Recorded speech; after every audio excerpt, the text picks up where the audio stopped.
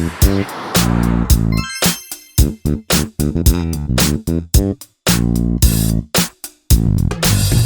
sini sudah ada Kang Ilham Saputra, Komisioner KPU Republik Indonesia. Kalau Kang Saan masih belum masuk gitu ya? Belum masuk. Oke, tapi sudah ada Kang Ilham. Terima kasih banyak, dan juga teman-teman yang sudah hadir di diskusi daring pertama kita, The Spin Doctors. The Spin Doctors itu sebuah channel YouTube yang memang bertujuan untuk melakukan pendidikan politik. Nah, sebelumnya saya akan menyampaikan aturan main diskusi kita ya, agar diskusi berjalan lancar. Ini dia, sebentar. Saya akan menyampaikan aturan main diskusi kita, karena di beberapa diskusi terakhir ada beberapa trouble ya. Kemarin Om Adit diskusi di sebuah forum diskusi dan ada beberapa masalah. Kita hindari dengan aturan main ini. Pertama, nanti pembicara pertama Pak Ilham akan menyampaikan paparan sekitar 20 menit, diikuti pembicara kedua sekitar maksimal 20 menit. Kemudian nanti akan ada penajaman oleh host. Kemudian ada diskusi dengan audiens. Audiens wajib menuliskan kata bertanya di chatting room dan baru berbicara setelah dipersilahkan oleh host. Jadi silahkan tulis bertanya gitu, nanti dipersilahkan oleh saya atau Kang Adit. Kemudian untuk menjamin kualitas diskusi, selama diskusi semua peserta kecuali yang sedang dipersilahkan berbicara wajib mematikan mikrofon dan kamera video. Karena semakin banyak kamera video yang digunakan dan mikrofon, bandwidth internet akan semakin banyak terpakai, kualitas diskusi terpengaruh dan biasanya ada kebisingan. Kemudian yang kelima, peserta yang tidak mematuhi akan dikeluarkan dari forum diskusi ini. Dan yang terakhir, diskusi ini direkam dan akan ditampilkan di channel YouTube The Spin Doctors. Ini aturan main kita.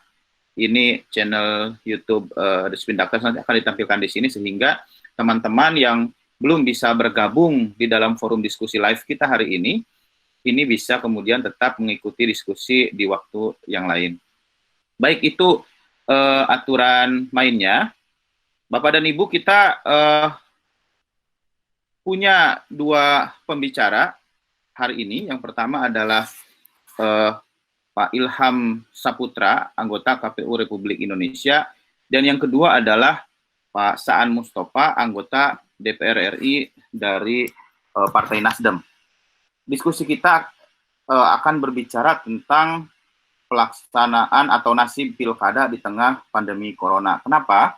Karena beberapa waktu yang lalu DPR dan pemerintah telah menyetujui bahwa pilkada akan dilaksanakan pada tanggal 9 Desember 2020.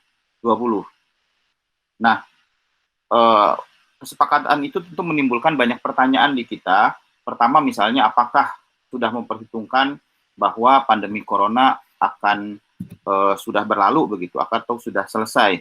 Yang kedua, berbicara apakah kesiapan penyelenggara, apakah kira-kira penyelenggara siap ya di seluruh daerah untuk menyelenggarakan pilkada serentak. Yang ketiga, tentu juga berbicara tentang apakah nanti akan cukup banyak partisipasi politik akan mengalami penurunan begitu. Dan mungkin ada hal-hal lain yang nanti kita bisa diskusikan. Baik, saya langsung ke, host di dalam acara ini ada saya Abdul Hamid, dosen ilmu politik di Universitas Sultan Ageng Tirtayasa di Banten. Kemudian juga ada Dr. Aditya Perdana, Direktur Pusat Kajian Politik Universitas Indonesia. Nanti kami akan bergantian mempertajam dan memandu diskusi ini. Baik, langsung saja saya persilahkan Pak Ilham Saputra, anggota komisioner KPU RI untuk menyampaikan paparannya. Kira-kira bagaimana sih proses sehingga kemudian disepakati pilkada tanggal 9 Desember, kemudian kira-kira hitung-hitungannya bagaimana? Termasuk hal tadi seperti partisipasi politik, kesiapan penyelenggara, dan sebagainya. Kami persilakan.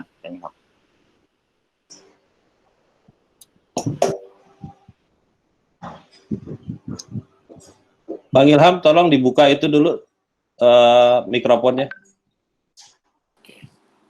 Ya. Oke, bismillahirrahmanirrahim. Assalamualaikum warahmatullahi wabarakatuh. Pertama-tama saya mengucapkan terima kasih kepada teman-teman dari apa namanya ini? Saya lupa. The Spin Doctor. Spin Doctor. Spin Doctor Yeah. mengingatkan saya pada tahun 90-an, sebuah grup band ya. Itu dia. Itu dia ya. Nah, kemudian kepada teman-teman yang sudah online mengikuti diskusi hari ini, mari sama-sama kita sharing dan belajar bersama terkait dengan keberlanjutan Pilkada tahun 2020. Pertama-tama KPU menganggap penting ya untuk menunda Pilkada tahun 2020, kemudian kita mengeluarkan SK yang mengatakan bahwa kita menunda Pilkada pada 4 tahapan. Pertama adalah kita menunda pelantikan PPS bagi daerah-daerah yang memang rawan terhadap pandemi COVID ya. Kemudian bagi teman-teman PPS yang sudah dilantik, ya itu silakan saja, tapi kemudian kita menunda pelaksanaan pekerjaannya. Kemudian kedua, kita juga menunda pelaksanaan verifikasi faktual bagi calon perseorangan yang ada calon perseorangan di pilkada ke provinsi maupun pilkada kabupaten kota. Bahkan verifikasi administrasi untuk sebagian KPU itu juga sudah kita tunda karena memang sekali lagi kita menganggap perlu agar penundaan ini agar COVID ini tidak menyebar kemana-mana. Kemudian ketiga adalah kita juga menunda perekrutan untuk PPDP, ya panitia untuk pemutahiran data pemilih, dan juga kita juga menunda melakukan coklit untuk pemutahiran data pemilih. Nah, penundaan-penundaan ini tentu saja kami pertimbangkan dengan melapor juga atau kemudian memberikan penjelasan kepada Komisi 2, DPR RI maupun kepada pemerintah dalam hal ini Kemendagri bahwa penting penyelenggaraan pemilu ini ditunda, dan juga kita berkoordinasi terus-menerus nih ya dengan Polhukam. Bahkan sebelum penundaan ini, sekitar 10 hari sebelum penundaan ini, kami juga berkoordinasi dengan Polhukam. Nah, kemudian kami membuat semacam pilihan-pilihan ya atau kemudian skenario-skenario dan juga semacam simulasi terkait dengan kapan kira-kira pilkada ini bisa diselenggarakan. Maka oleh karenanya kami membuat simulasi tersebut dan muncullah ada bulan Desember, kemudian ada bulan Maret, dan ada bulan September 2021. Jadi ada satu untuk tahun 2020 yaitu bulan Desember, dan dua di tahun 2021 pada bulan Maret dan bulan September. Tentu saja ini kita lakukan dengan berbagai pertimbangan. Nah, untuk yang diterima oleh Komisi 2 dan pemerintah ya, akan dilaksanakan pada tanggal 9 Desember 2020. Tentu saja kemarin Pak Ketua Pak Arief Budiman sudah menyampaikan bahwa dengan banyak sekali pertimbangan ya. Pertama bahwa tidak ada lagi atau kemudian pernyataan darurat ini atau kemudian bencana nasional yang disampaikan oleh Presiden tidak lagi diberlakukan. Karena yang namanya PSBB atau darurat nasional atau apapun namanya, dia pasti akan mengikat seluruh warga negara atau kemudian mengikat seluruh kami sebagai penyelenggara pemilu dan juga warga negara Indonesia tidak bisa leluasa bekerja seperti yang diamanatkan dalam PKPU maupun diamanatkan undang-undang. Misalnya contoh saja verifikasi faktual. Ya, verifikasi faktual ini kan perlu kemudian kita datang door to door atau kemudian mengumpulkan orang-orang yang tidak kita dapatkan ketika door to door di suatu tempat, sehingga ini berpotensi untuk kemudian menyebarkan atau kemudian meningkatnya pandemi COVID-19 ini di salah satunya adalah pada proses tahapan penyelenggara pemilu ini. Kemudian juga ada bintek-bintek yang kami harus lakukan kepada PPK dan PPS. Sebagai catatan saja bahwa untuk pelaksanaan BIMTEK ini, ketika kita melaksanakan BIMTEK langsung ya, kita melaksanakan BIMTEK langsung tatap muka, misalnya kita datangkan di satu tempat, itu saja masih banyak kemudian penyelenggara kami yang kemudian tidak paham terkait dengan materi-materi yang kami sampaikan pada BIMTEK tersebut. Nah, apalagi kalau kemudian kita melakukan secara online ya. Online ini tentu saja tidak seefektif dengan tatap muka. Agak sulit untuk kemudian memberikan contoh-contoh pekerjaan-pekerjaan atau kemudian seperti misalnya saja bagaimana IU bekerja ketika rekapitulasi di kecamatan, bagaimana kewenangan PPK, bagaimana koordinasi dengan PPS, bagaimana koordinasi dengan kabupaten kota dan sebagainya. Kemudian juga untuk penyelenggaraan coklit terkait dengan pemukiman atau pemilih. Ini juga door to door, ya. Nah, kalau kemudian kami membuat catatan kalau dilaksanakan pada tanggal 9 Desember, maka hal-hal tersebut seperti yang disampaikan Pak Ketua kemarin di rapat Komisi 2, ini betul-betul tidak ada lagi.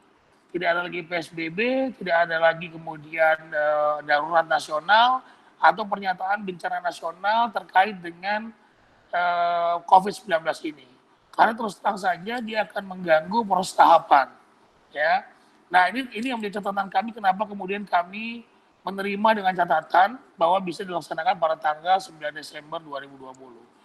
Nah, kemudian juga Bapak Ibu sekalian bahwa pada proses pertemuan kami atau koordinasi kami dengan DPR dan pemerintah pada sekitar awal bulan Maret, ya, awal bulan April atau akhir bulan Maret, ketika itu disepakati juga bahwa dana pilkada ini akan digunakan untuk digunakan untuk pemberantasan COVID-19. Nah, kalau kemudian disepakati dilaksanakan pada bulan Desember, nah kami juga sudah membuat draft surat kepada Presiden agar kemudian anggaran ini tidak digunakan untuk COVID-19 atau penindaklanjutan dari untuk mematikan atau kemudian upaya pemerintah dalam rangka memberantas COVID-19. Kalau kemudian ini dilakukan, maka ini akan menghambat pilkada itu sendiri. Nah, tentu saja kita diskusikan hari ini adalah mungkin nanti Pak Saan atau Bang Saan, senior saya di Visip UI, bisa memberikan penjelasan gitu ya, kenapa kemudian Komisi 2 juga menyetujui kenapa pada tanggal 9 Desember dilakukan. Nah, kalau KPU tentu saja, sekali lagi saya sampaikan, dengan catatan-catatan tadi. Kami juga tidak mau kemudian penyelenggara kami menyebarkan penyakit COVID-19 tadi, dan juga kami nggak mau penyelenggara kami terpapar ya dengan COVID-19 tadi. Nah, ini yang menjadi catatan kami. Kalau kemudian mau dilaksanakan pada tanggal 9 Desember 2020. Ya, tetapi memang kalau ini pendapat pribadi saya ya terkait dengan kondisi COVID yang terjadi saat ini, saya melihat kita masih membatasi maksudnya berlakunya masa darurat untuk pandemi COVID-19 ini. Pemerintah sudah menyatakan itu sampai tanggal 29 Mei, diperpanjang sampai tanggal 29 Mei.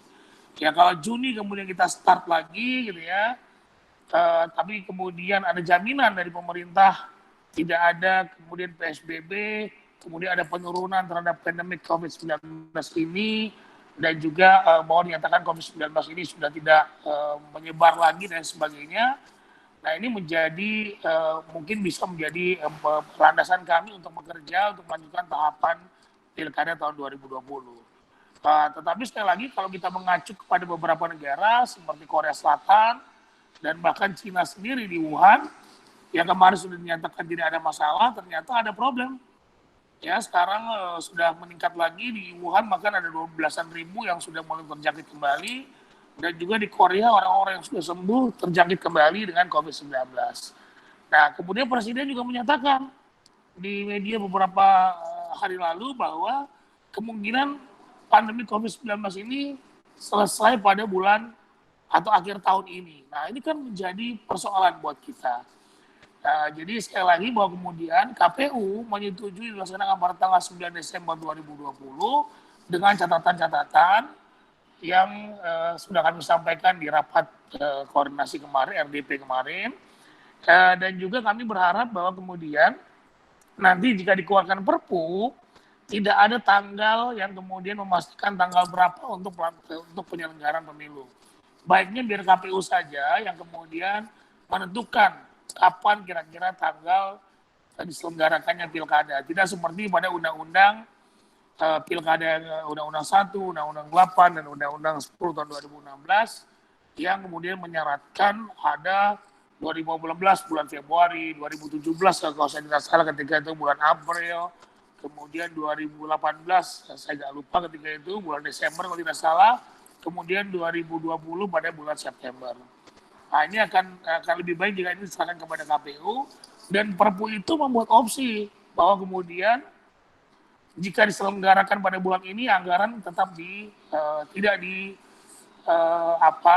dipotong, ada jaminan tidak dipotong, atau ada klausul yang mengatakan bahwa anggaran ini tetap digunakan untuk tahapan penyelenggaraan Pilkada 2020. Atau bahkan bisa diberikan klausul seperti disampaikan oleh Pak Mendagri bahwa Perpu ini juga nanti jika memungkinkan, jika tidak dimungkinkan untuk penyelenggaraan Pilkada pada tahun 2020 ini, yaitu pada bulan Desember 2020 yang akan datang, maka bisa dilaksanakan pada tahun 2021. Entah itu bulan apa, nanti kemudian KPU yang bisa kemudian menghitung tahapan tersebut dan membuat simulasi kapan kira-kira penyelenggaraan Pilkada tahun 2020 ini bisa dilaksanakan. Karena jika tidak ada jaminan-jaminan yang saya sampaikan tadi, terutama soal anggaran, maka akan sulit bagi kami. Nah, nanti teman-teman yang dari KPU Provinsi yang hadir pada acara atau gabung di channel ini bisa menyampaikan pendapatnya terkait dengan apa yang sudah dikoordinasikan atau apa yang sudah disampaikan oleh pemerintah daerah. Karena di beberapa tempat, pemerintah daerah berniat memotong anggaran pilkada kita jika dilaksanakan pada bulan, bahkan ketika sudah ditunda, beberapa daerah sudah memanggil KPU Provinsi dan KPU Kabupaten Kota oleh gubernur dan bupatinya untuk kemudian membicarakan terkait dengan soal anggaran ini.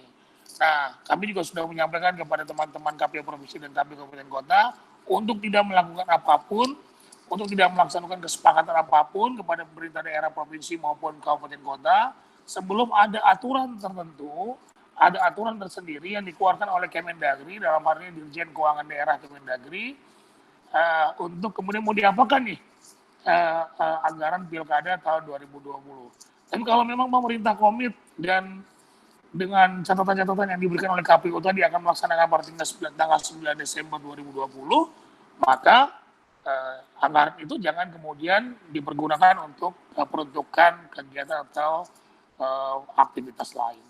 Jadi saya kira itu Pak Hamid, agar kemudian nanti bisa didiskusikan bersama terkait dengan topik kita hari ini. Nah, mungkin juga Pak Saan bisa menambahkan sebagai Wakil Ketua Komisi 2 DPR RI. Assalamualaikum. Waalaikumsalam warahmatullahi wabarakatuh. Terima kasih Pak Ilham. Tadi ada beberapa catatan ya soal pelaksanaan pilkada di tahun ini. Termasuk yang paling menarik sebetulnya soal anggaran. Tapi saya mau bertanya dikit nih Kang Ilham. Kalau anggaran, kalau misalnya saja pilkadanya diselenggarakan tahun depan, berarti sebetulnya soal anggaran ini bisa direlokasi ke ke penanganan pandemi sebetulnya lebih mudah ya, atau bagaimana? Iya, sebetulnya bisa saja seperti itu, agar tapi kemudian pemerintah komit juga. Bahkan kemarin ketika belum ada pandemik ya Bang Hamid ya. Ya. Ketika belum ada pandemik saja, ada beberapa daerah sulit untuk kemudian menganggarkan sesuai dengan permintaan KPU, sesuai dengan perhitungan KPU Provinsi dan KPU Kabupaten Kota. Nah, kalau misalnya memang kemudian nanti disepakati ternyata bahwa pandemik COVID-19 ini belum selesai dan tidak mungkin dilaksanakan pada bulan Desember, dilaksanakan pada tahun 2021, misalkan juga dilaksanakan pada bulan September 2021 misalnya saja, silakan digunakan untuk COVID-19. Tetapi kemudian harus ada jaminan juga dari pemerintah bahwa kemudian anggaran untuk penyelenggaraan pilkada pada tahun 2021, misalnya saja di September, maka tahun 2020 juga sudah harus disiapkan anggaran tersebut. Gitu loh. Karena ini sekali lagi bahwa penting untuk kita menyelenggarakan tahapan pilkada baik tahun 2020 maupun 2021 terkait dengan anggaran tadi. Baik. Kemudian apakah sudah ada laporan penyelenggara pemilu atau penyelenggara atau anggota KPU yang terkena pandemi COVID-19, Kang Ilham, di daerah? Oh iya, sudah ada laporan kami sudah ada, tetapi alhamdulillah yang positif 2 orang. 2 orang itu ya. sudah sembuh total dan sudah negatif. Kami mendapat laporan dari salah satu provinsi di Indonesia, KPU Kaltim yang kabupatennya terkena ada 2 orang ketika itu positif, itu sudah negatif dan sudah sehat walafiat. Oke. Baik, selanjutnya sambil menunggu Kang Saan ini, saya persilahkan Kang Adit ya menyampaikan pandangannya, silakan. Sorry, Om Hamid, itu Kang Saan udah datang itu. Udah datang. Akunnya Zahra Najwa itu. Oh, oke. Bisa dibuka dulu Kang Saan mikrofonnya, Kang Saan. Selamat datang Kang Saan. Soalnya nggak kenal itu, tapi lihat mukanya langsung kenal. Wah, ada Pak Wakil Ketua ini. Kedengaran Kang Saan? Itu masih mikrofonnya masih mati Kang Saan.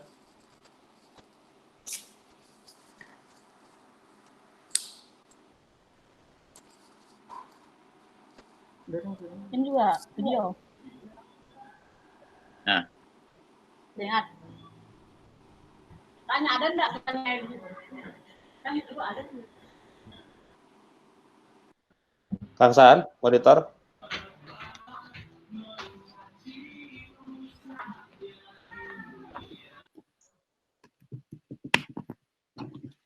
Mana tadi Kang Saan? Kayaknya belum dinyalakan ini apa namanya mikrofonnya.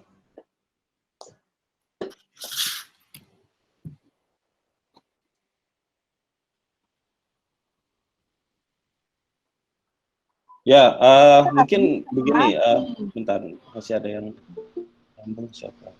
Ini kalau bicara Dede nggak? Iyalah. Ada orang ada. Halo, mohon Pak yang baru gabung tolong dimatikan. Sudah Dede ngaku, mati lagi. Barangkali belum bicara. Sudah. Kasih mati dulu dia dengar. Om Hamid silakan dilanjut dulu biar saya bisa mengkoordinir ininya. Oke, baik. Terima kasih Kang Adit. Jadi Kang Adit merangkap. Udah nyala itu Kang Saan itu ya. Oke, sudah ada Kang Saannya. Mati lagi Kang Saan, dinyalakan aja. Sudah ada Kang Saannya. Ya, sip. Baik, selamat datang Kang Saan Mustafa, anggota DPR RI Komisi 2. Selamat datang di diskusi kita kali ini. Wakil Assalamualaikum warahmatullahi wabarakatuh. Waalaikumsalam warahmatullahi wabarakatuh. Komisioner, apa kabar? Baik, Ya, Alhamdulillah. Mas Aditya dan teman-teman semua, terima kasih. Ini kita sudah gabung di dalam suasana penuh keprihatinan. Tadi Kang Ilham, senang juga rasanya saya ketemu Kang Ilham dan teman-teman semua. Dan Mas Adit ini dulu satu kuliah. Siap. Halo, ya gimana Mas? Ya, alhamdulillah. Silakan Kang, dilanjutkan Kang. Ya, tadi seperti Bang Ilham sampaikan bahwa dari 2 kali kita rapat kerja dengan Mendagri, dengan KPU, Bawaslu dan DKPP, memang yang pertama kita sepakat karena ada COVID-19 untuk menunda tahapan dan pelaksanaan Pilkada 2020. Dan rapat yang terakhir kita sepakat bahwa penundaan itu tahapan akan dilanjutkan sesuai dengan apa yang pemerintah lakukan terkait dengan tanggap darurat yang pemerintah itu rentang waktunya sampai 29 Mei tanggap daruratnya. Nah, berdasarkan patokan itu, pemerintah, DPR, KPU juga mensepakati karena memang mengambil opsi optimis dari pemerintah bahwa pelaksanaan pilkadanya tanggal 9 Desember 2020. Seperti yang memang 2015 yang lalu juga tanggal 9 Desember 2020. Nah, tentu pelaksanaan tanggal 9 Desember 2020 tetap mempertimbangkan terkait dengan perkembangan COVID-19. Maka ada klausal di situ, setelah masa tanggap darurat selesai, KPU, Mendagri, dan juga DPR akan mengadakan rapat kembali untuk membicarakan terkait dengan hal itu. Apakah misalnya pandemi ini sudah teratasi atau belum? Ternyata kalau memang perkembangannya bisa teratasi, maka 29 Desember itu bisa dilakukan seperti waktu rapat DPR terakhir, Ketua KPU menyampaikan bahwa 1 Juni tahapan sudah bisa dimulai, tentu dengan berbagai revisi terhadap regulasi. Jadi tahapan-tahapannya bisa dibuat simpel. Nah ini hal-hal yang memang DPR dan Mendagri lakukan.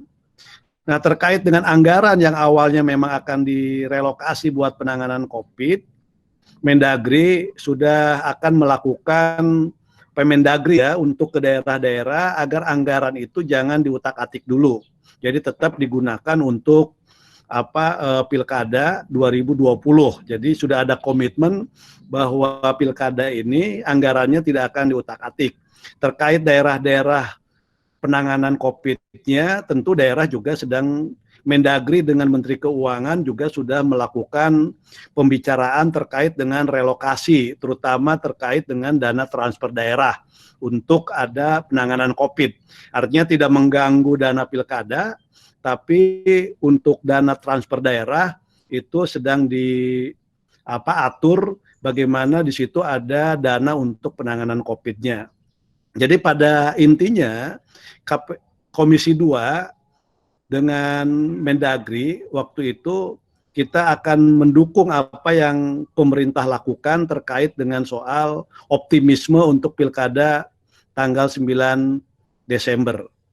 Walaupun ada opsi lain nanti di 2021 yang belum ditentukan tanggalnya kapan, apakah nanti di bulan Maret atau di bulan September, nanti akan dilihat setelah awal bulan Juni lah itu kesepakatannya setelah 29 Mei akan dibicarakan lebih lanjut.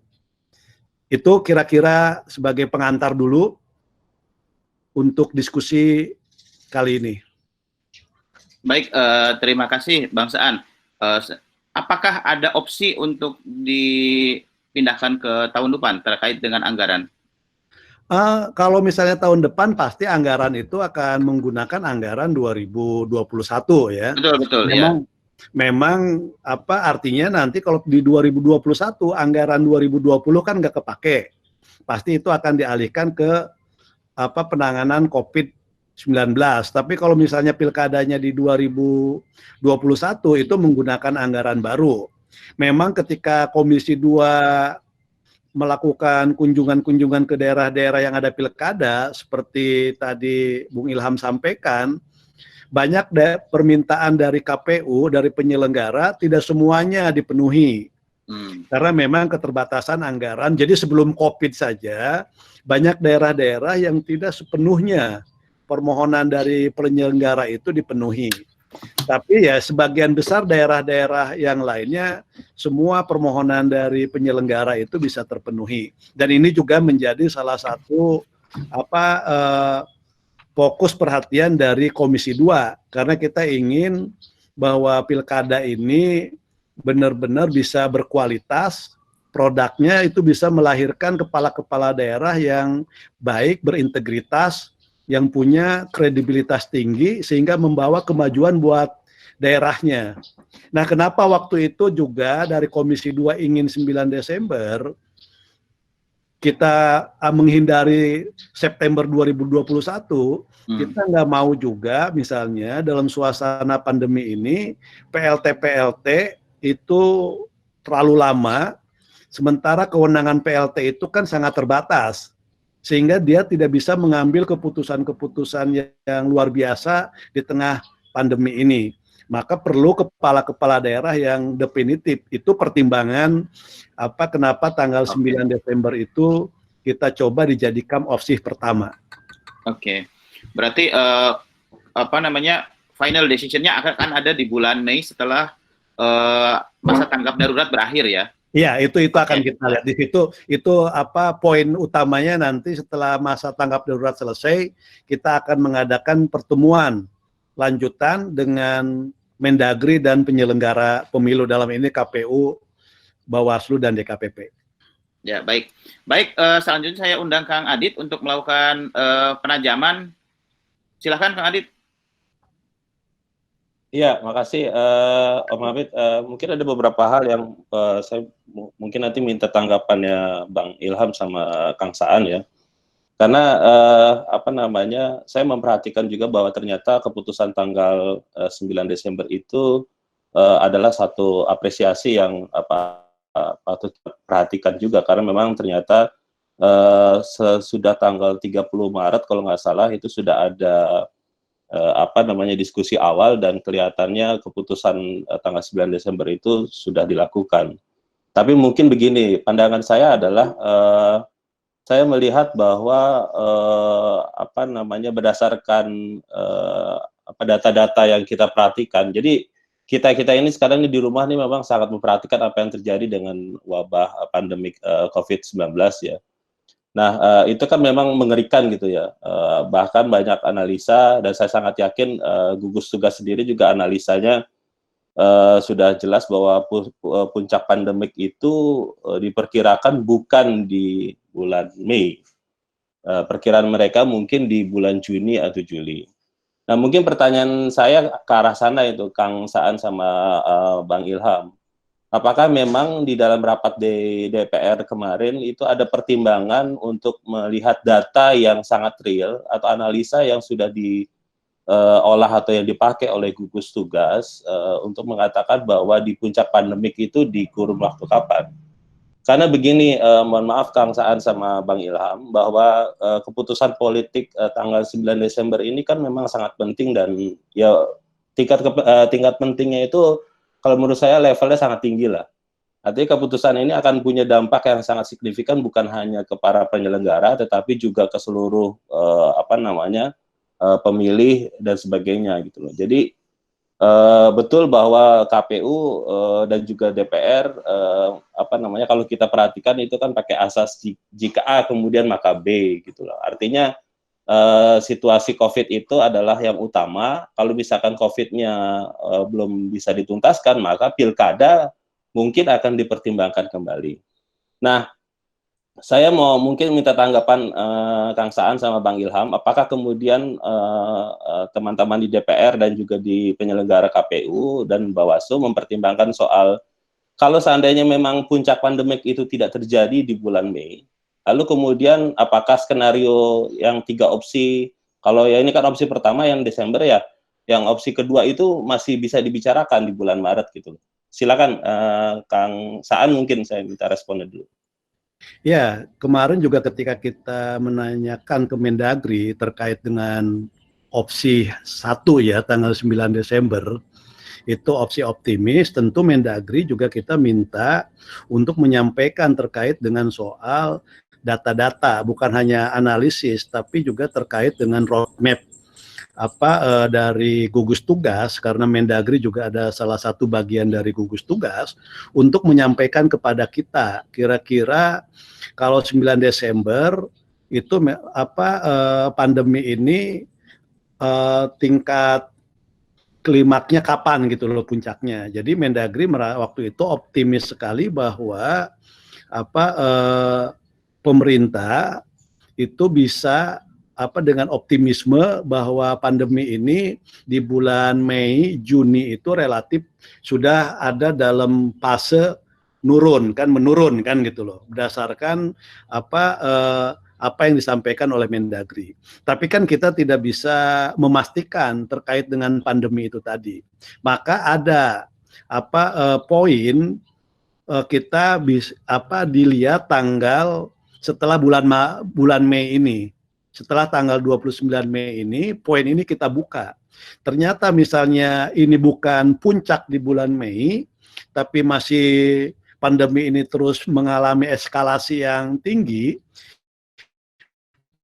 maka kita membuka opsi untuk kembali melakukan rapat antara DPR, Mendagri, dan penyelenggara dalam hal ini KPU untuk membicarakan kembali apakah masih mungkin di bulan Desember tanggal 9 dengan kondisi pandemi yang ada, atau memang ini sesuatu walaupun misalnya kita KPU waktu itu meminta agar tahapan-tahapan yang bisa disimpelkan itu disimpelkan masuk tidak hanya di PKPU tapi juga di dalam Perpu itu diatur, jadi bukan hanya satu pasal tapi ada poin-poin yang lebih teknis juga dimasukkan.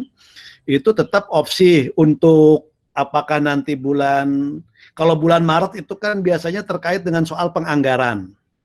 Itu kendala di situ. Nah, bisa di bulan Juni atau misalnya di bulan September 2021. Nah, itu opsi itu akan diputuskan setelah Mei, tanggal 29 Mei yang akan datang. Artinya DPR masuk masa sidang yang keempat di bulan Juni, itu sudah pertama yang dilakukan di Komisi 2 untuk melakukan evaluasi terhadap opsi A yang diambil, opsi tanggal 9 Desember, dan mencermati perkembangan pandemi. Jadi tetap ada Mas Adit untuk membicarakan ke arah sana. Oke, terima kasih Kang Saan. Jadi artinya dimungkinkan juga bahwa jadi selama 1 bulan ke depan para penyelenggara pemilu ini dalam posisi yang gamang ya untuk jadi atau tidaknya di tanggal 9 Desember. KPU minta waktu itu agar kalau memang mau di bulan Desember ini, KPU minta Perpu itu tidak boleh lewat bulan April keluarnya. Jadi syarat pertama yang diminta itu Perpu harus keluar paling maksimal di akhir April ini sudah keluar Perpu. Dan waktu itu Mendagri menyanggupi untuk mengeluarkan Perpu di akhir April ini. Nanti kita minggu depan Komisi 2 juga akan rapat internal untuk melihat perkembangan apa yang sudah dilakukan oleh Mendagri terkait dengan persiapan Perpu. Oke, terima kasih Kang Saan. Silakan Bang Ilham kalau ingin menanggapi tadi yang saya tanyakan dan juga dari apa yang disampaikan oleh Kang Saan. Baik, ya. Betul seperti disampaikan oleh Pak Saan bahwa ada opsi-opsi yang seperti disampaikan tadi. Tetapi saya berharap sekali lagi bahwa dalam pembentukan atau pembuatan Perpu ini KPU juga dilibatkan. Karena sekali lagi bahwa mungkin ada usulan-usulan yang kemudian bisa kami sampaikan terkait dengan isi Perpu tadi. Nah, Pak Ketua ketika pertemuan di RDP kemarin juga seperti kata Pak Saan sampaikan tadi, kita minta agar kemudian ada hal-hal terkait dengan hal teknis juga disampaikan di situ. Nah, kami juga sudah memberikan usulan kepada Komisi 2 dan pemerintah terkait dengan opsi-opsi yang kami sampaikan tadi. Jadi kalau bisa kami diajak berpartisipasi, dilibatkan dalam proses pembuatan Perpu tadi, at least paling tidak kami tahu apa yang kemudian bisa kami kerjakan ke depan dan kita bisa mengantisipasi hal tersebut. Nah, jadi juga terkait dengan anggaran. Karena kemarin saya agak bingung juga dengan kondisi pemerintah kita atau pemerintah daerah bahwa penyelenggaraan pilkada ini adalah agenda nasional yang tidak bisa diganggu gugat, gitu kan. Tetapi ada juga pemerintah daerah dan pemerintah kabupaten kota yang bahkan belum ada pandemi COVID juga tidak menyanggupi usulan-usulan kami. Ada beberapa kabupaten kota yang sudah NPHD malah sebelum ada pandemi COVID ini mau dipotong lagi dan sebagainya. Nah, ini kami perlu jaminan juga hal-hal seperti ini. Jangan kemudian nanti kita tunda, kemudian kendala terkait dengan anggarannya. Saya kira itu Pak Adit. Satu lagi Bang Ilham, saya tadi ingin respon dari minta tanggapan Bang Ilham yang terkait dengan ini kan tadi ada dibuka opsi di bulan Mei, mungkin ada perbicaraan lagi, artinya setelah puasa lah ya. Nah, artinya sekitar 1 bulan ini kan memang ada ruang di mana para penyelenggara dalam situasi yang menurut saya tidak pasti ya. Nah, itu kira-kira apa yang bisa dilakukan atau apakah memang memungkinkan membuat satu aktivitas atau hal-hal yang paling tidak dalam bayangan saya adalah memberi masukan kepada Perpu atau gimana Bang? Iya, makanya kami menunggu undangan. Tadi saya sudah sampaikan bahwa kemudian salah satunya adalah kami menunggu diajak untuk kemudian berpartisipasi terlibat langsung dalam pembuatan Perpu tersebut. Agar kemudian kami paham dan kami bisa, seperti ketika undang-undang pilkada dan undang-undang pemilu dibuat. Itu kan kami diajak ngobrol, berikan masukan dan sebagainya. Sehingga nanti draft terkait dengan Perpu tadi bisa mengakomodir terkait dengan pengerjaan-pengerjaan teknis yang kami lakukan. Yang kedua, kami juga sudah sampaikan tadi bahwa jika kemudian penyelenggaraan pilkada itu dilakukan bulan Desember atau bulan Maret, maka anggaran ini tidak boleh diotak-atik terlebih dahulu. Karena sebagian dari sudah sampaikan, pemerintah provinsi dan pemerintah kabupaten kota yang menyelenggarakan pilkada sudah berinisiatif memanggil KPU untuk kemudian melakukan semacam tindakan pemotongan terhadap anggaran pilkada yang sedang ditunda ini. Nah, ini kan juga harus ada kepastian dari Kemendagri agar kemudian bisa anggaran ini tidak dikotak-kotak terlebih dahulu sampai Perpu keluar, sampai ada kepastian hukum terkait dengan pelaksanaan penundaan pilkada ini. Oke, terima kasih Bang Ilham. Saya kembalikan ke Kang Hamid. Baik, terima kasih Kang Adit. Jadi dari Kang Ilham maupun Kang Saan memang salah satu hal yang juga menarik sebetulnya politik anggaran. Kalau misalnya kita tunda ke 2021, politik anggaran di daerah akan dimulai lagi prosesnya dan itu juga bisa mengancam keberlangsungan pilkada sebetulnya. Jadi memang agak dilematis. Baik, sekali lagi saya mengucapkan terima kasih ini kehadiran banyak sekali teman-teman yang hadir dan termasuk ada beberapa penggiat pemilu, ada Mbak Titi Anggreni dan Pak Hadar Gumai.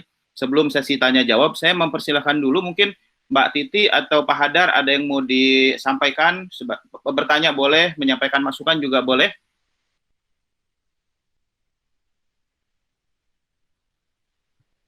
Terima kasih, saya mendengar saja Bapak Ibu sekalian, silakan diteruskan, terima kasih. Ya. Nggak enak nih, nggak ada komentar Mas Hadar, nggak enak nih. Silakan Mas Hadar, ingin menyampaikan sesuatu nih, mumpung ada para pejabat-pejabatnya nih. Baik, kalau gitu terima kasih, saya gunakan kesempatan sebentar saja. Mudah-mudahan terdengar dengan baik suara saya. Ya, Mas, terdengar baik ya, Mas Hadar, silakan. Baik, terima kasih Bang Saan, Pak Ilham, Komisioner Ilham yang saya hormati, tentu juga Pak Hamid, Mas Adit, dan para peserta lainnya. Sebetulnya yang saya lihat kita perlu lakukan itu adalah pertama kepastian, ya. Walaupun kepastian ini sangat sulit, ya. Tetapi kalau kita melihat opsi yang ditawarkan KPU A, B, dan C, kemudian juga bagaimana perkembangan penanganan COVID sampai hari ini, tidak hanya di Indonesia tetapi di negara lain yang kita bisa jadikan referensi atau pembelajaran, maka ruang yang perlu kita pilih yang lebih memberikan kepastian daripada yang lain adalah opsi yang memang cukup waktu untuk kita melakukan persiapan dan melaksanakan pilkadanya, yaitu di opsi C menurut saya. Nah, ini harus kita sudah putuskan ya sesegera mungkin tanpa kita mengambil model yang dipilih, mohon maaf, oleh Komisi 2 bersama pemerintah dan juga ada penyelenggara pemilu yang hadir pada tanggal 15 yang lalu, di mana itu kepastian yang tidak pasti karena masih menggantung. Nah, ini penting karena apa? Karena penyelenggaraan pilkada itu tidak bisa baru kita pastikan kemudian bergerak. Ya, seperti sekarang ini apa yang mau dilakukan oleh KPU kita?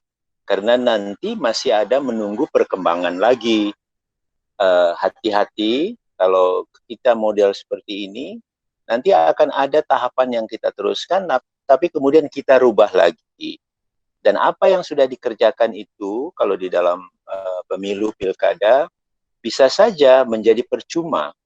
Uang sudah terbuang, waktu sudah terbuang, tetapi hasil kerja itu tidak bisa kita gunakan karena dia sudah out of date. Misalnya saja yang paling sederhana tentang daftar pemilih. Kita kemudian sudah teruskan, tapi kemudian kita tunda lagi. Itu berarti nanti juga harus dirapihkan lagi. Nah, tentu banyak yang detail-detail yang model seperti ini. Nah, di sisi yang lain, ini adalah situasi yang sangat kepentingan atau kegentingannya sangat tinggi. Karena apa? Karena dia terkait dengan keselamatan dan kesehatan kita semua. Kemudian kita juga sering dengar, dan ini dibuktikan dengan model cara kita menghandle-nya selama ini, kelihatan kita ini cukup kewalahan. Kenapa kita tidak ambil model yang lebih ketat? Ternyata kita juga tidak punya cukup dana untuk bisa kita berikan kepada semua, sehingga mereka bisa betul-betul terjamin kalau kita mau ketatkan model pembatasan kita. Nah, jadi resource kita itu sangat terbatas. Nah, oleh karena itu lebih baik semua kita fokuskan betul untuk penanganan COVID ini sajalah. Tidak berarti kita tidak menganggap penting pilkada atau demokrasi kita. Tetapi menurut saya, karena ada yang lebih prioritas, tidak apa kita dulukan. Dan kalau ini menjadi pilihan kita, tidak juga mengurangi demokrasi kita. Kalau memang kita mengambil opsi pilkada yang ditunda agak cukup panjang.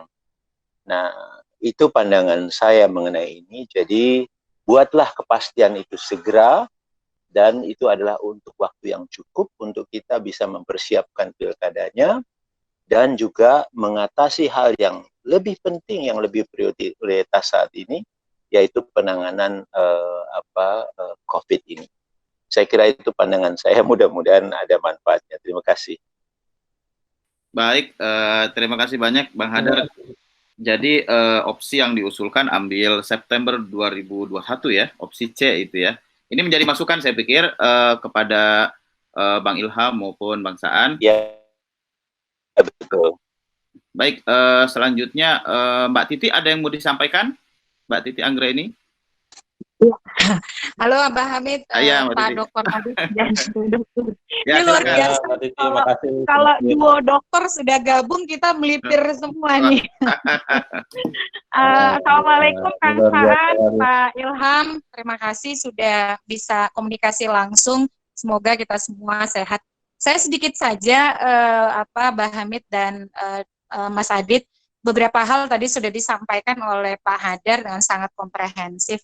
Saya mungkin kembali kepada hal yang paling fundamental dulu ya, bahwa konstitusi kita menekankan betul asas-asas yang harus kita penuhi kalau kita ingin menyelenggarakan agenda elektoral.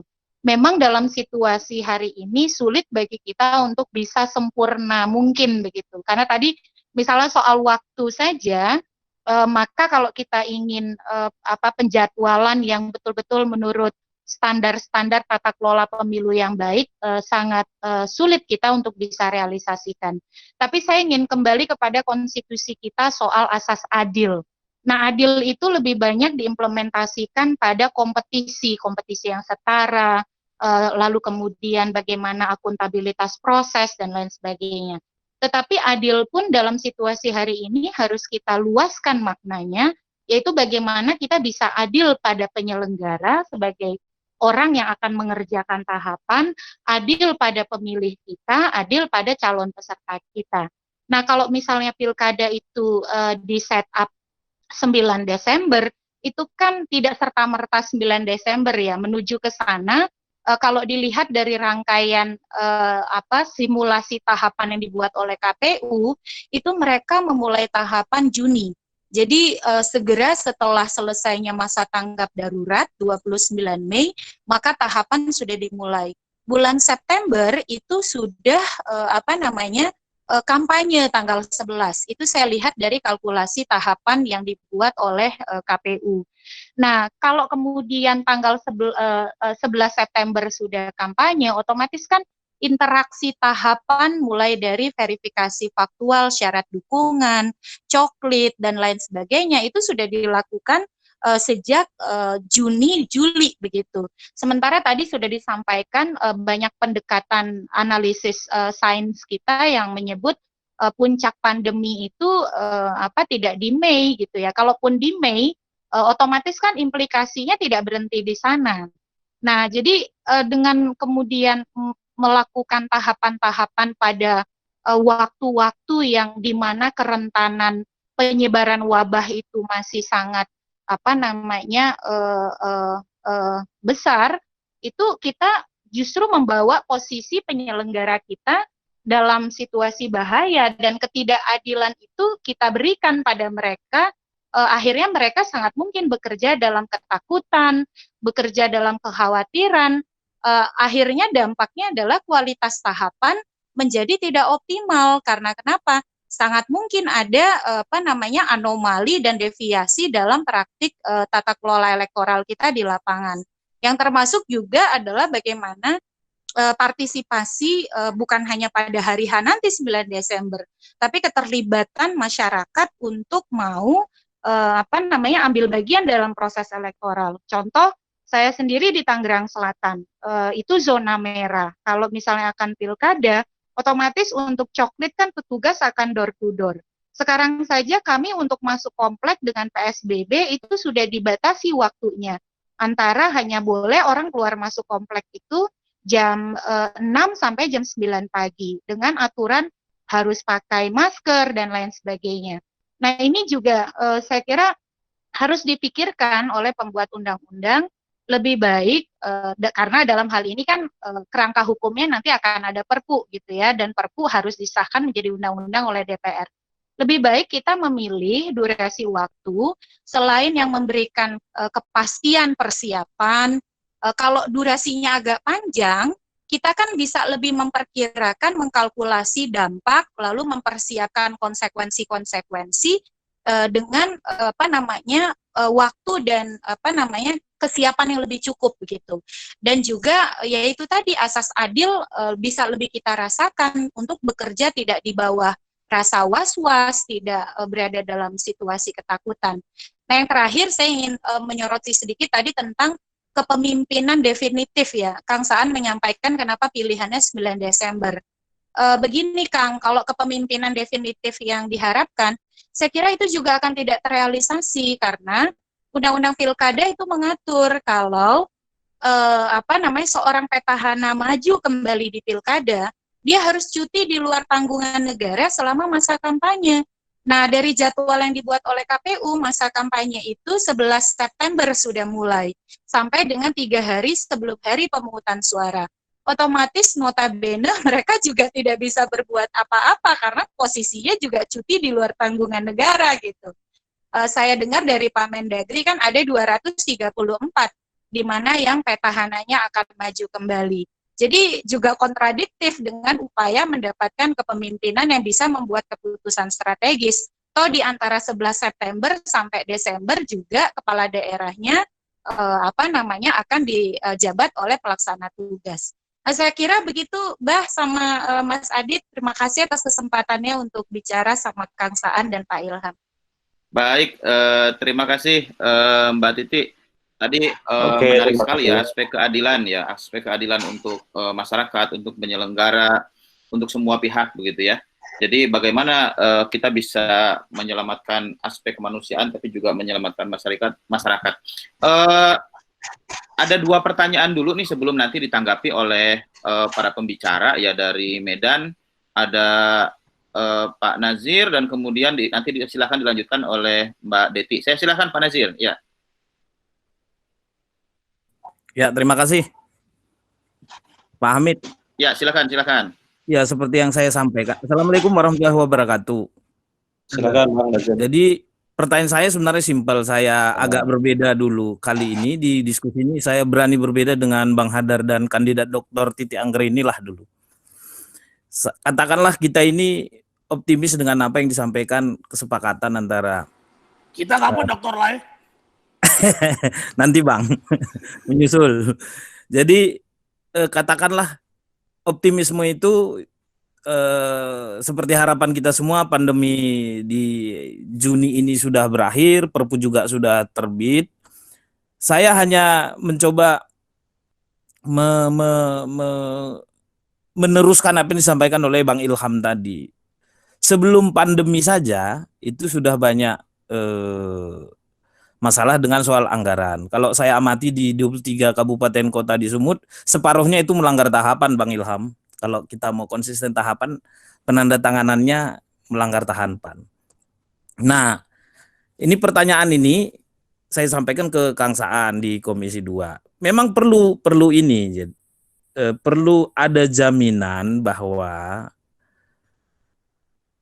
kalau kesepakatan itu dijalankan, semuanya berjalan seperti yang diharapkan, maka pemerintah kabupaten kota yang nakal-nakal itu memang harus diambil alih perannya dalam proses penganggaran. Ada beberapa kabupaten kota, misalnya saya amati, tahun 2015 saja anggarannya sudah 15 M. 2020, Pilkada 2020 juga masih 15 M juga. Saya yakini, walaupun saya belum peroleh dokumennya, saya yakini itu pasti sangat terjadi pengurangan di mana-mana. Ini kan contoh kasus. Maksud saya, Kang Saan dan Bapak Ibu semua, ini pelajaran penting bahwa kesepakatan-kesepakatan itu tentunya harus juga dibarengi dengan perencanaan anggaran yang matang.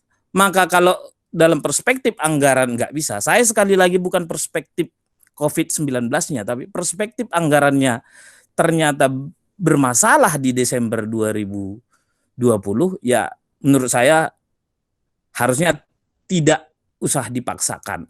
Atau kecuali pemerintah pusat menyediakan alokasi APBN. Jadi ada jaminan langsung ditarik, apakah dipotong di AU atau macam-macam. Saya kira demikian. Terima kasih Pak Hamid. Terima kasih.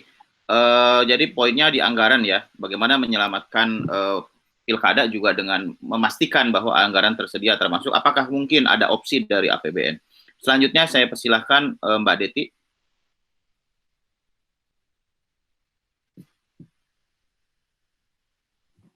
Iya, terima kasih. Bagaimana yang saya sudah sampaikan di dalam chat untuk Pak anggota Dewan di Komisi 2, bahwa mempertimbangkan sebagaimana pernyataan Pak Hadar, unsur kemanusiaan, kesiapan anggaran, kondisional yang tidak menentu di Indonesia. Kalau kita juga melihat di Wuhan sendiri, walaupun sudah selesai, namun tetap masih dalam pemulihan, itu pun secara personal manusianya, semuanya itu masih perlu waktu untuk mempersiapkan langkah-langkah selanjutnya. Maka alangkah lebih baiknya mempertimbangkan masalah keadilan, kemanusiaan, dan masalah anggaran. Komisi 2 berani menyatakan penyelenggaraan pemilu serentak 2020 dilaksanakan 23 September 2021. Apakah berani menyatakan hal demikian?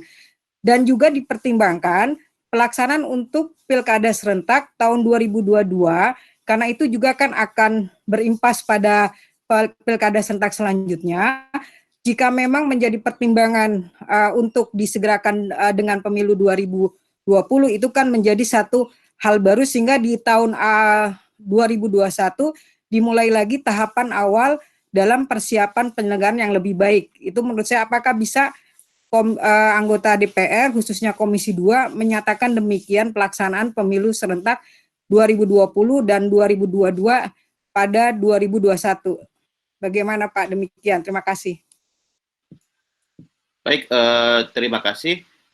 Selanjutnya ada satu lagi dulu sebelum nanti dijawab dari Pak Teguh dari Kalimantan Utara. Saya persilakan Pak.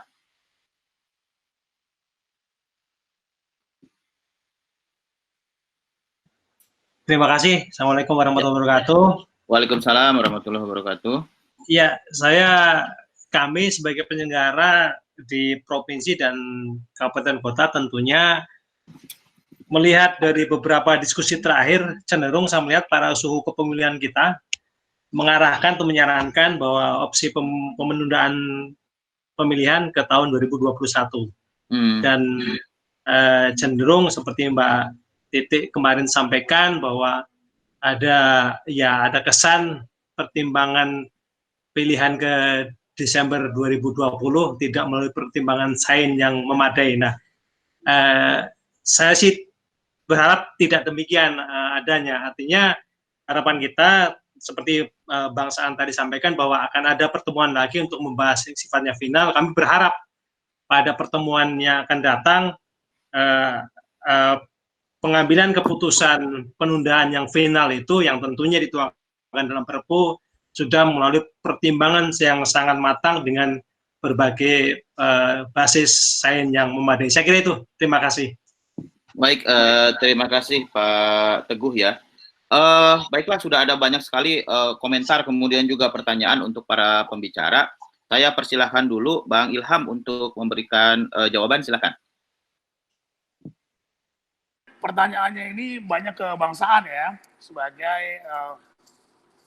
ya sama-sama sebetulnya kita concern terkait dengan penundaan pilkada ini. Nah kalau KPU sendiri adalah kita masih bergantung kepada Perpu tadi. Tadi si Pak Teguh sudah menyampaikan bahwa ya tentu saja harus dibahas secara komprehensif. Ya jangan kemudian kita sepakat tanggal 9 Desember, tetapi ada kekhawatiran kita bahwa kemudian pandemi COVID-19 ini belum selesai. Masih ada kemudian pekerjaan-pekerjaan yang seperti kata Bu Titi bilang tadi, kekhawatiran kami sebagai penyelenggara pemilu melaksanakan tahapan-tahapan pilkada yang sudah ada. Nah jadi sehingga pekerjaan-pekerjaan yang kita lakukan menjadi tidak optimal. Dan simulasi tahapan yang sudah kami buat menjadi mentah kembali, seperti kata Pak Hadar bilang tadi, untuk kemudian kita buat lagi, nanti di bulan Maret misalnya saja. Nanti bulan Maret ternyata belum selesai juga, nah, baru kemudian kita akan laksanakan bulan September 2021. Ya saya mengucapkan terima kasih atas usulan-usulan seperti yang disampaikan oleh Pak Hadar dan Bu Titi, bahwa opsi C mungkin paling memungkinkan. Nah, nanti mungkin teman-teman yang hadir dalam diskusi hari ini yang menyampaikan pendapatnya tadi bisa memberikan masukan kepada Komisi 2 dan pemerintah juga kepada KPU agar kemudian nanti dalam pembahasan Perpu masukan-masukan ini menjadi pertimbangan bagi Presiden, menjadi pertimbangan bagi Kemendagri, menjadi pertimbangan bagi Komisi 2 agar kemudian Perpu ini tidak menjadi hanya Perpu sementara. Jadi misalnya saja meyakini tanggal 9 Desember, tetapi kemudian perangkat-perangkat untuk kemudian bisa dilaksanakan penyelenggaraan pilkada itu pada bulan Desember tidak siap.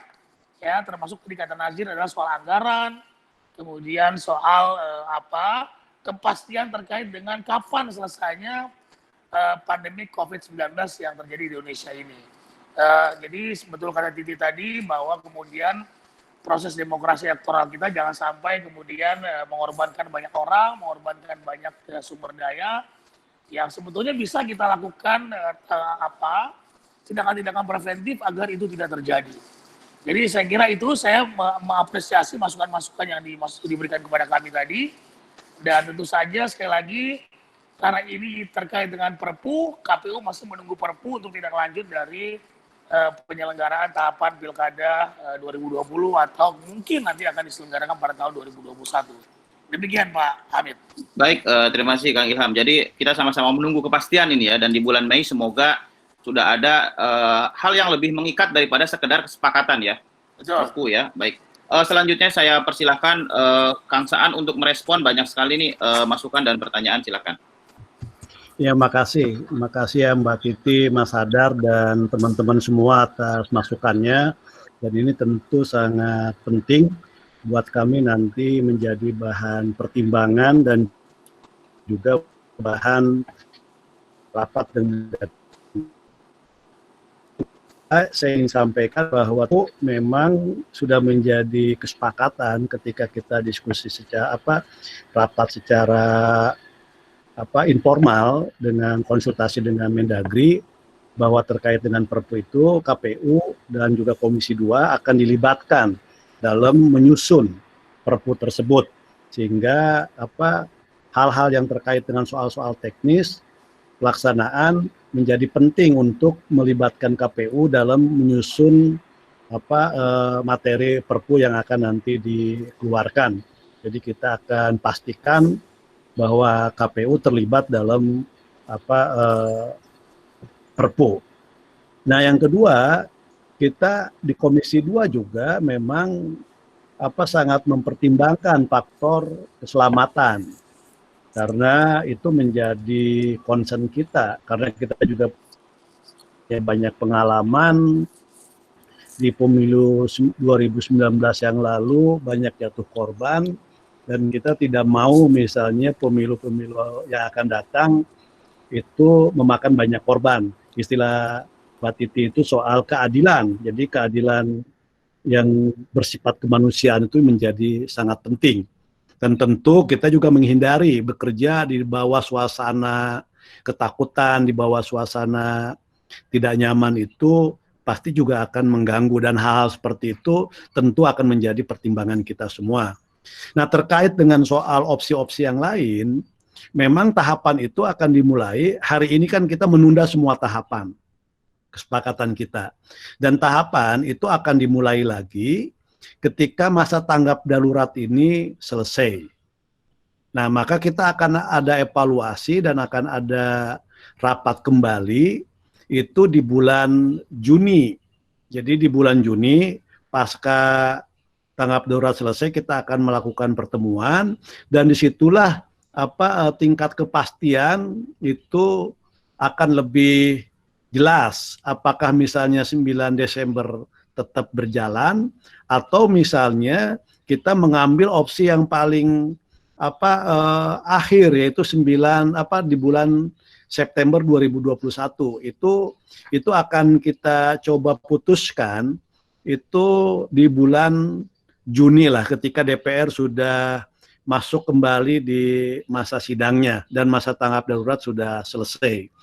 Jadi kalau masukan-masukan tadi sekali lagi itu menjadi hal yang penting. Nah, terkait dengan soal anggaran, memang Komisi 2 juga sudah banyak mendapatkan temuan, mendapatkan masukan dari daerah-daerah, baik yang secara langsung Komisi 2 kunjungan. Memang banyak ketidaksesuaian antara apa yang disampaikan oleh penyelenggara kepada pemerintah daerah, tidak semuanya terpenuhi. Dan ini juga kita ingin nanti dengan Mendagri ingin kita pastikan benar bahwa opsi manapun nanti pilkada, apakah 9 Desember ataukah nanti di tahun 2021, kita ingin pastikan bahwa anggaran itu tidak menjadi persoalan. Jadi kita ingin meminta jaminan bahwa anggaran penyelenggaraan pemilu itu bisa tersedia. Itu menjadi hal-hal yang sangat penting.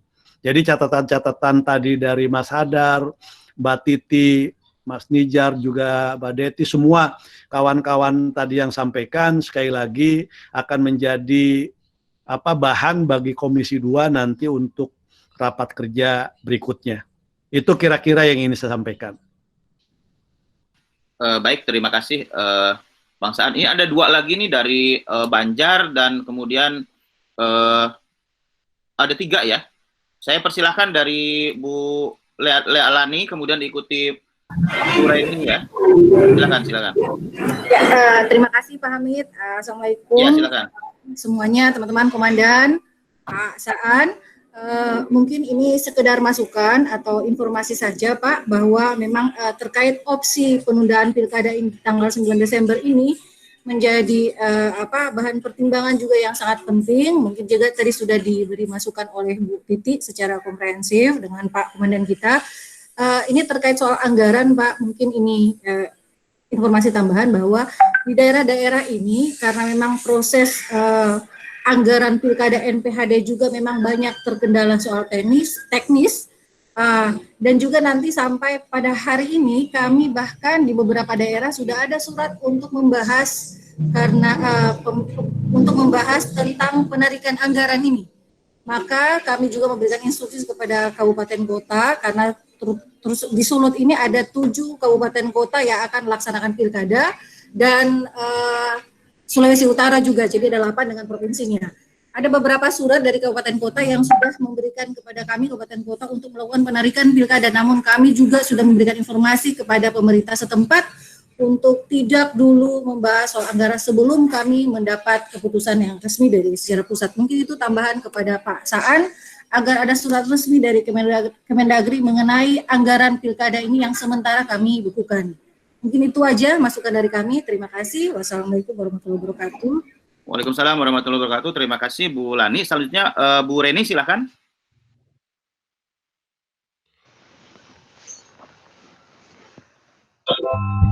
Iya, baik. Terima kasih. Assalamualaikum warahmatullahi wabarakatuh. Waalaikumsalam warahmatullahi wabarakatuh. Ya, terima kasih sudah diberi kesempatan untuk berbicara pada forum ini. Yang saya hormati pimpinan kami Pak Ilham, para Tuan Guru, Bu Titi, Pak Hadar, Pak anggota Dewan ya Komisi 2. Kalau dari saya tentang secara psikis maupun kejiwaan dari anggota kami di tingkat paling bawah, yaitu penyelenggara ad hoc, baik itu PPK dan PPS setelah dinonaktifkan. Nah, itu yang penting untuk dipikirkan.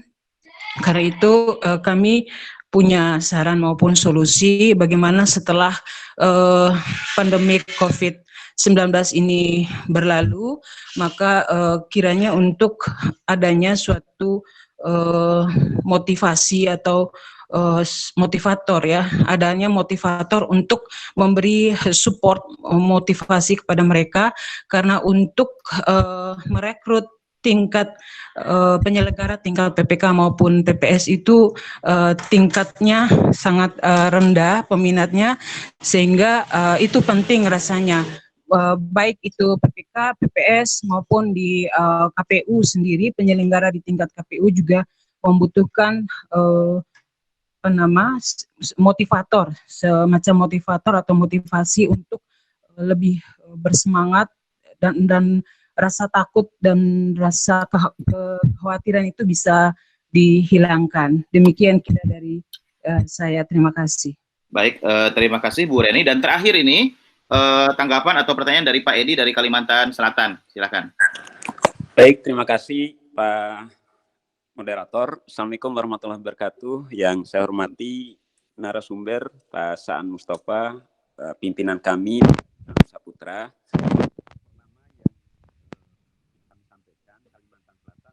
Lebih keras Pak Edi suaranya. Kalimantan Selatan merupakan salah satu provinsi yang menyelenggarakan Pilgub dan 7 kabupaten kota yang menyelenggarakan Pilkada. Tentu perlu ditinjau adalah terkait dengan penanganan COVID. Kalimantan Selatan per hari ini sudah terdapat 58 pasien yang dinyatakan sebagai positif COVID-19. Ini perkembangannya semakin meningkat.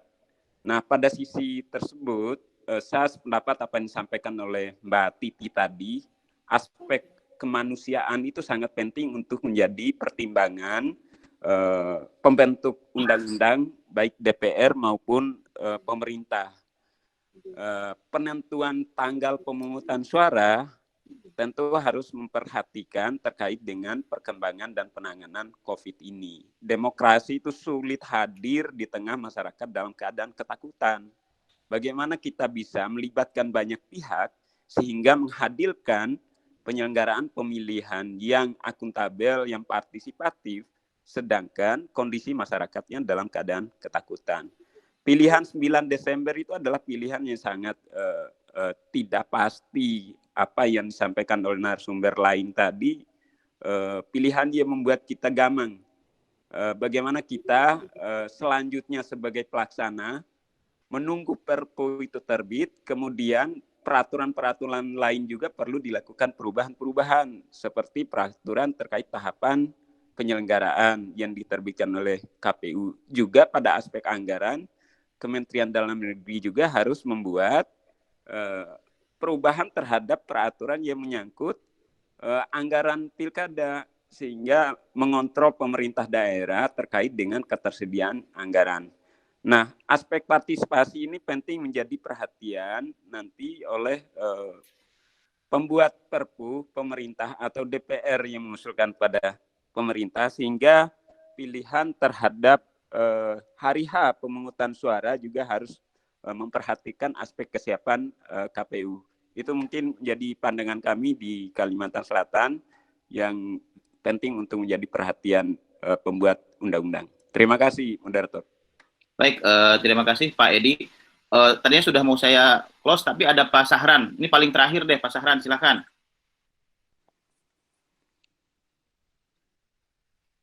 Halo Pak Sahran.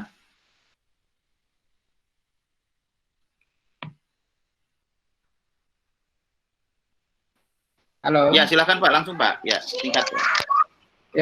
Ya. Halo, Assalamualaikum warahmatullahi wabarakatuh. Waalaikumsalam warahmatullahi wabarakatuh. Terima kasih yang hormati Pak Saan dan pimpinan kami Pak Ilham. Menarik diskusi ini memang. Sekarang sebenarnya yang beberapa hal yang mungkin saja bisa menjadi masukan bagi Komisi 2. Saya tadi sepakat dengan apa yang disampaikan oleh Pak Hadar maupun Ibu Titik ya terkait dengan desain waktu tahapan pemilihan ini. Beberapa tulisan saya misalnya menyampaikan saya lebih optimis pada pelaksanaan pilkada ini dilaksanakan di September 2021 dengan berbagai macam pertimbangan tadi terkait dengan pelaksanaan pemilihan, bahwa menurut saya dua aspek penting di dalam pelaksanaan pemilihan yang lebih berkualitas, yaitu yang pertama bahwa pemilu ini kita ingin mewujudkan suatu pemilu yang berintegritas dan demokratis, dan yang kedua bahwa pemilu ini atau pemilihan kita tetap menjunjung tinggi upaya pemilu yang bisa dilihat dari aspek langsung, umum, bebas, dan rahasia, serta jujur dan adil. Kalaupun misalnya dilaksanakan dalam desain waktu di 9 Desember 2020, dengan pertimbangan bahwa COVID-19 ini dengan pertimbangan sains dan beberapa penelitian yang menyatakan bahwa bisa selesai di bulan Juni dan Juli, serta masa pemulihan yang akan dilaksanakan sampai dengan 150 hari, itu artinya bahwa 9 Desember 2020 ini tentu saja menurut saya dipastikan akan bisa mengganggu terhadap pelaksanaan kegiatan tahapan. Termasuk misalnya kami sebagai penyelenggara pilkada, kami di Sulawesi Tengah itu ada 1 pilgub dan 8 kabupaten kota yang melaksanakan pilkada. Nah, kalau dilihat dari persebaran dan penyebaran COVID di Sulawesi Tengah ini justru sekarang masih terus ya meningkat, bahwa ada COVID-19 ini yang sudah terinfeksi positif di Sulteng ini ada 22 pasien, dan ini diperkirakan masih bisa bertambah. Nah, oleh karena itu memang penting untuk dipertimbangkan kepada Pak Saan ini terkait dengan desain waktu. Yang kedua, menurut saya perlu dipertimbangkan di dalam Perpu itu terkait dengan pencalonan perseorangan. Nah, ini pencalonan perseorangan ini juga tentu kalau misalnya dipaksakan harus dilaksanakan di tanggal 9 Desember ini, maka tim verifikator kita yang akan melakukan verifikasi faktual di lapangan ini akan sulit untuk menemukan pada seluruh pendukung, karena kita tahu di dalam Undang-Undang 10 tahun 2016 kan dilakukan dengan metode sensus. Nah, oleh karena itu kami mengusulkan agar metode sensus ini diubah menjadi sama dengan pemilu 2019 itu dengan metode sampel. Mungkin ini jadi pertimbangan kami. Terima kasih. Assalamualaikum warahmatullahi wabarakatuh. Baik, waalaikumsalam warahmatullahi wabarakatuh. Pak Sahran ini penanya terakhir ya. Baik, saya persilahkan Bang Ilham, kemudian diikuti oleh Bang Saan untuk menyampaikan jawaban sekaligus closing statement ya. Saya persilahkan Kang Ilham. Baik, terima kasih Pak Hamid. Tadi kami sudah menyampaikan ya, yang namanya kami sebagai penyelenggara pemilu tentu saja ada KPU Provinsi, KPU Kabupaten Kota, dan juga KPU RI. Ada keinginan-keinginan kepastian hukum dari teman-teman KPU Provinsi tadi. Ada dari Maluku Utara terkait dengan kondisi teman-teman penyelenggara, ini penting untuk kemudian diberikan kepastian bahwa kemudian pandemi COVID ini benar-benar sudah tidak ada, sehingga kami bisa bekerja dengan maksimal. Terus kemudian tadi dari Sulawesi Utara juga menyampaikan bahwa harus ada kepastian hukum terkait dengan anggaran. ini baru kemudian kita laksanakan penundaan, belum apa-apa Pemprov, Pemkot, dan Pemkapnya sudah kemudian meminta anggaran tersebut dipotong. Ya, sehingga kalau kemudian nanti dilaksanakan, jadi diselenggarakan pada tahun 2021, entah itu Maret atau September, kami juga penting untuk kemudian memastikan ketersediaan anggaran ini. Ya, jangan kemudian nanti kami meminta-minta seperti yang membutuhkan pilkada ini adalah KPU atau penyelenggara pemilu. Padahal ini adalah bagian dari amanah undang-undang dan bagian dari demokrasi elektoral kita yang harus dilaksanakan secara berkala. Nah, ini kan sudah menjadi agenda nasional, seharusnya tidak lagi kemudian menjadi persoalan-persoalan terkait dengan anggaran ini, sudah dianggarkan jauh-jauh hari. Nah, kemudian tadi juga kami penting untuk meminta kepastian hukum terkait dengan seperti kata Mbak Titi dan juga seperti kata Mas Kadar tadi, bahwa penting untuk kepastian bagi kita, ya, entah itu 9 Desember, entah itu Maret, dan juga entah itu September 2021, bahwa kita ingin memastikan tidak ada lagi daerah-daerah yang kemudian menerapkan darurat COVID-19, tidak ada PSBB dan sebagainya, sehingga kami sebagai penyelenggara pemilu yang bekerja di lapangan, terutama aparat-aparat kami di lapangan seperti PPK, PPDP, PPS, dan juga nanti petugas KPPS bisa menyelenggarakan pilkada dengan baik, dengan tenang, dan tidak ada kendala-kendala yang kemudian menyebabkan nanti proses pilkada ini bisa tercederai oleh hal-hal yang kemudian membuat kita karena kekhawatiran kita terhadap pandemi COVID-19 ini. Nah, kesiapan pemerintah dalam menyiapkan anggaran, kesiapan kita sebagai penyelenggara pemilu tentu saja menjadi salah satu kunci sukses diselenggarakannya pilkada tahun 2019 yang akan datang. Saya kira itu, Pak Moderator. Saya terima kasih sekali bahwa saya berharap diskusi-diskusi ini bisa terus berlanjut agar kemudian bisa memberikan pemahaman kepada masyarakat kenapa ditunda, bagaimana penundaan tersebut bisa berlangsung, dan bagaimana kalau kemudian pilkada ini ditunda sampai tahun 2021 dan sebagainya. Dan bagaimana konten Perpu juga saya kira penting untuk didiskusikan oleh masyarakat sipil dan untuk memberikan masukan kepada pemerintah bagaimana sebetulnya Perpu yang baik untuk nanti penyelenggaraan pilkada kita juga bisa lebih baik. Saya kira itu, Pak Moderator. Baik, terima kasih banyak Bang Ilham. Selanjutnya Bang Saan, Safir silakan. Ya, terima kasih. Tentu apa yang sudah disampaikan oleh kawan-kawan semua ini menjadi bahan buat kami di Komisi 2 di DPR untuk dijadikan bahan rapat-rapat yang akan datang. Yang berikutnya juga tentu kami juga nanti ingin memastikan bahwa di seluruh daerah yang ada pilkada, Menteri Dalam Negeri untuk segera melakukan langkah-langkah terutama terkait dengan soal anggaran. Jadi harus secepatnya Mendagri untuk memberikan surat atau Permendagri kepada daerah-daerah untuk tidak mengganggu anggaran terkait dengan pilkada. Apakah itu dialihkan ataukah nanti ada pemotongan dan relokasi dan sebagainya. Jadi kita nanti akan pastikan itu Mendagri untuk bertindak lebih cepat lagi terkait dengan soal pengamanan dana pilkada. Nah, yang terkait dengan apa-apa yang disampaikan, sekali lagi faktor kemanusiaan juga tetap menjadi hal penting yang akan menjadi pertimbangan utama kami ketika kami nanti rapat pasca penentuan tanggap darurat itu sudah selesai. Itu akan sekali lagi menjadi bahan kami untuk rapat dengan Mendagri, sehingga keputusan apa yang akan diambil itu menjadi hal yang sangat penting.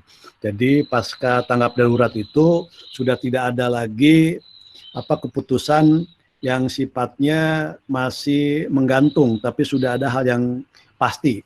Kepastian ini tidak hanya buat penyelenggara, tapi juga buat partai politik, buat para calon, itu penting untuk mendapatkan kepastian.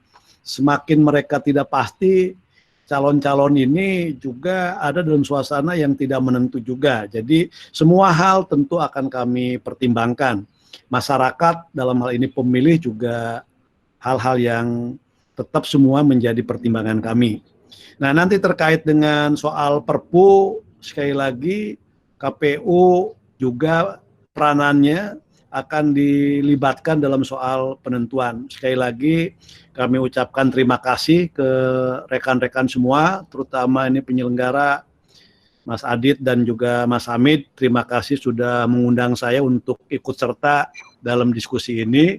Mudah-mudahan diskusi-diskusi ini bisa berlanjut di tengah suasana kita tinggal di rumah.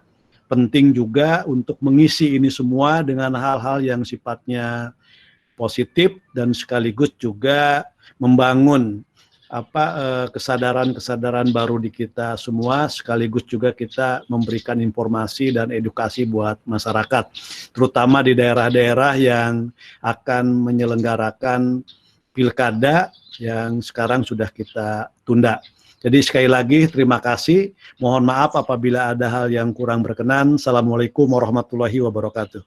Waalaikumsalam warahmatullahi wabarakatuh. Terima kasih Bang Saan atas jawabannya dan pencerahannya. Sebelum saya tutup, saya persilahkan dulu Kang Adit untuk menyampaikan pandangan akhirnya. Silakan Kang Adit. Oke, terima kasih Pak Hamid atas Jadi nampaknya memang kita punya concern yang sama ya terhadap situasi pilkada, dan concern utama kita memang terkait dengan aspek kemanusiaan. Aspek utamanya memang bagaimana agar situasi COVID atau darurat yang kita miliki ini benar-benar bisa diselesaikan. Nah, oleh karena itu saya seperti yang tadi disampaikan oleh teman-teman KPU provinsi, itu menurut saya juga sangat jelas sekali bahwa harapan-harapan agar DPR juga mempertimbangkan masukan-masukan dari apa yang tadi kita diskusikan, terutama dari para penyelenggara, dan mudah-mudahan ini menjadi perhatian juga sangat serius buat teman-teman di DPR yang kita titipkan melalui Kang Saan di sini. Dan nanti juga mungkin pertimbangan pembahasan Perpu juga seperti yang tadi disampaikan oleh Bang Ilham, agar bisa juga melibatkan teman-teman KPU penyelenggara dan masyarakat sipil juga dilibatkan masukan-masukannya, agar semua nanti penyelenggaraan pilkada itu bisa berlangsung dengan dalam situasi yang jauh lebih nyaman untuk bisa kita lakukan. Itu yang menurut saya yang jauh lebih penting. Tadi masukannya Mas Hadar dan Mbak Titi juga punya concern yang sama juga kita semua terkait dengan soal ini. Mungkin itu saja, Kang Hamid. Ya, baik. Terima kasih Kang Adit, Bapak dan Ibu, para pembicara, Bang Ilham, Bang Saan, kemudian ada tadi pemerhati pemilu Bu Titi, kemudian Pak Hadar, dan kawan-kawan semua peserta diskusi, terutama kawan-kawan dari KPU daerah ya, yang ternyata alhamdulillah amat antusias untuk hadir dalam kesempatan ini. Ada dua hal sebetulnya yang paling menarik dari diskusi ini adalah persoalan kemanusiaan, bagaimana semua bisa terselamatkan dalam situasi berbahaya seperti sekarang, bagaimana keselamatan bisa diutamakan, dan penyelenggaraan KPU juga adil untuk semuanya, tapi juga memastikan bahwa pilkada sebagai agenda demokrasi elektoral kita juga bisa terselenggara.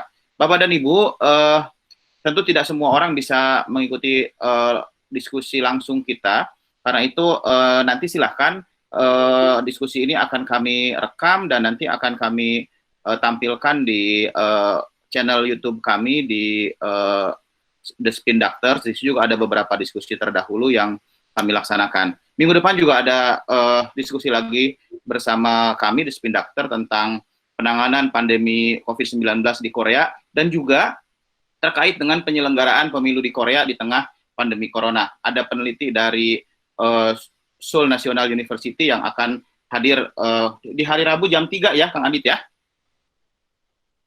Baik, ya, baik Bapak dan Ibu, terima kasih sekali lagi atas kehadirannya.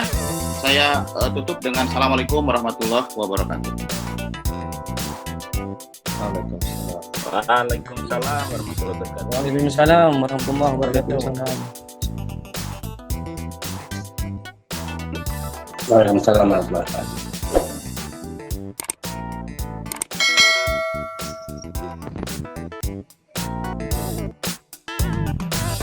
Pak.